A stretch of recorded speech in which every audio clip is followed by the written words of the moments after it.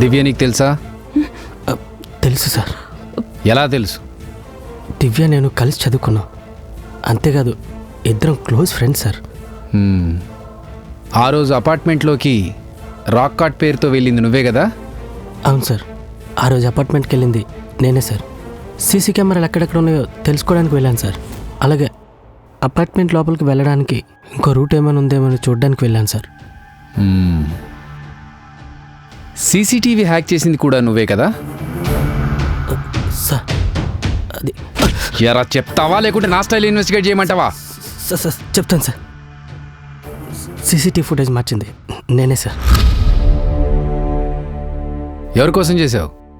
దివ్య కోసమే సార్. ఈ కేసు నా స్టేషన్ పరిధిలోకే వస్తుంది, నీకు ఎలాంటి ప్రాబ్లం రాదంటేనే ఈ పని చేశాను సార్. వీడు నా ఫ్రెండే కానీ హ్యాక్ చేయమని నేను చెప్పలేదు. నిజం చెప్పరా, ఎవరి కోసం ఈ పని చేశావు? దివ్య రిలాక్స్ రిలాక్స్. నువ్వే తనతో సీసీటీవీ హ్యాక్ చేయించావు. తర్వాత గోడ దూకి లోపలికి వెళ్ళావు. సంధ్యను చంపి అక్కడి నుంచి వెళ్ళిపోయావు. నేను గోడ దూకి వెళ్ళలేదు. నువ్వు గోడ దూకెళ్ళావు. నేను గోడ దూకలేదు. గోడ దూకెళ్ళావు. నేను గోడ దూకి వెళ్ళలేదు. మరెలా వెళ్ళావు? కరెంట్ ఆఫ్ కాగానే డైరెక్ట్ గా వెళ్ళిపోయాను. That's it. Case solved. సంధ్యని చంపింది ఎవరో ఇప్పుడు క్లియర్గా అందరికీ అర్థమైంది కదా? అసలు సంధ్యను ఎందుకు చంపావు దివ్య? తనకేం ద్రోహం చేసింది? అవును, సంధ్యని నేనే చంపాను. చిన్నప్పటి నుంచి మా అమ్మ నాన్నకి నేనంటే చాలా ఇష్టం. కానీ నన్ను ఒక్క మాట కూడా అనేవారు కాదు. కానీ సంధ్య పుట్టిన దగ్గర నుంచి అన్నీ మారిపోయాయి. నన్ను అసలు పట్టించుకునేవారే కాదు. నేను చాలా బాధపడేదాన్ని. ప్రతి విషయంలోనూ సంధ్యనే మెచ్చుకునేవాళ్ళు. చివరికి ఇంట్లో డబ్బులు పోయినా నేనే దొంగతనం చేశాననేవారు.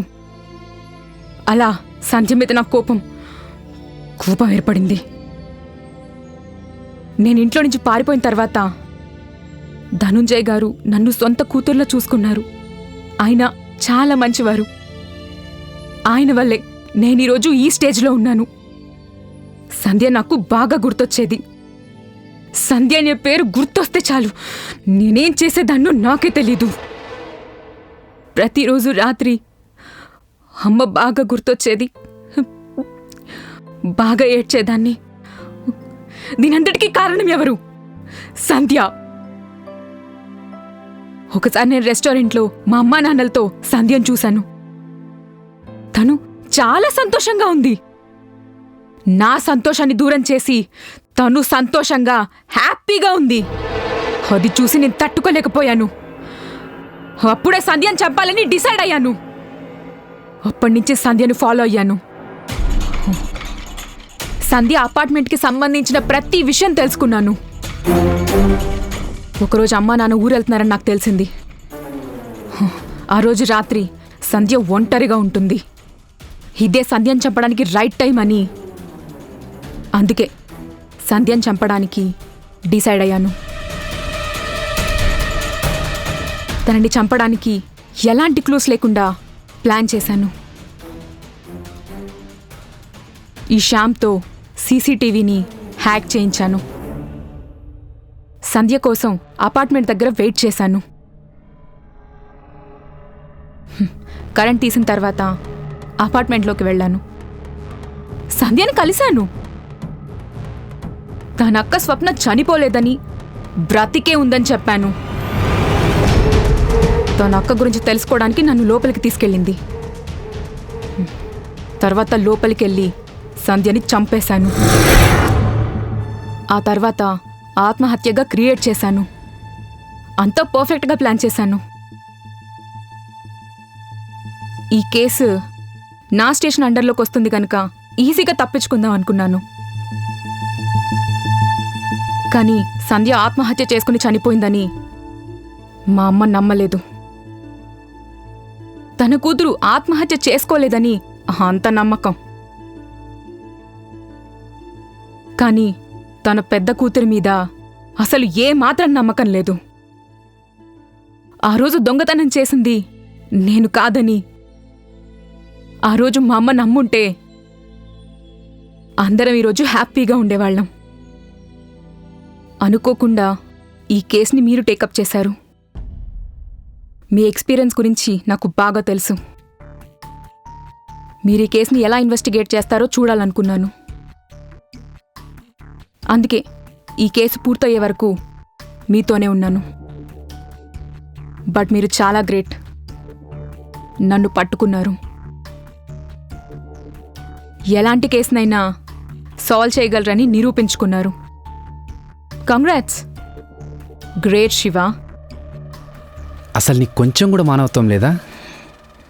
అరే, నీ స్వార్థం కోసం అనవసరంగా ఒక మనిషి ప్రాణం తీశావు. నీకు తప్పు చేశానని కొంచెం కూడా బాధ లేదా? క్రిమినల్స్కి ఎమోషన్స్ ఉండవు. అలాగే క్రైమ్ చేసిన వాళ్ళకు కూడా ఎమోషన్స్ ఉండవు. ఏంటి, నా స్వార్థం కోసమా? స్వార్థమే. స్వార్థం లేని మనిషి ఇప్పటి వరకు భూమి మీద పుట్టనేలేదు. నీకు కృష్ణుడు తెలుసు కదా? అభిమన్యుడు యుద్ధంలో చనిపోతాడని శ్రీకృష్ణుడికి తెలుసు. కాని అర్జునుణ్ణి కాపాడాలన్న స్వార్థంతో అభిమన్యుణ్ణి యుద్ధానికి పంపించాడు. కుంతీదేవి కర్ణుడు మీ అన్న అని అర్జునుడికి చెప్పుంటే కర్ణుడు బ్రతికేవాడు. కాని కుంతీదేవి తన పేరు చెడిపోకూడదనే స్వార్థంతో కన్న కొడుకు చనిపోతున్నా పట్టించుకోలేదు.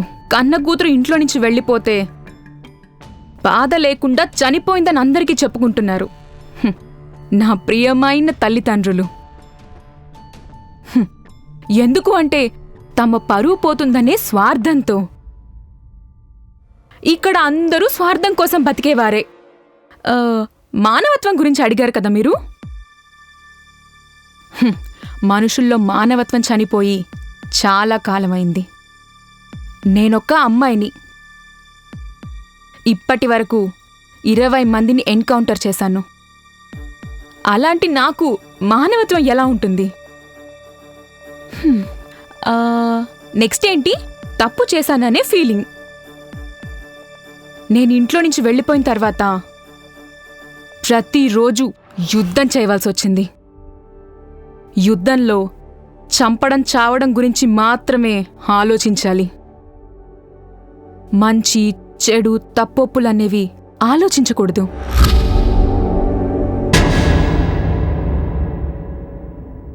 దివ్య ఎవరో పరాయి వాళ్ళంటే ఓకే, కానీ నువ్వు మీ సొంత చెల్లిని చంపేశావు. మహాభారతంలో కూడా ఒకరినొకరు చంపుకున్నది అన్నదమ్ములే కదా సార్?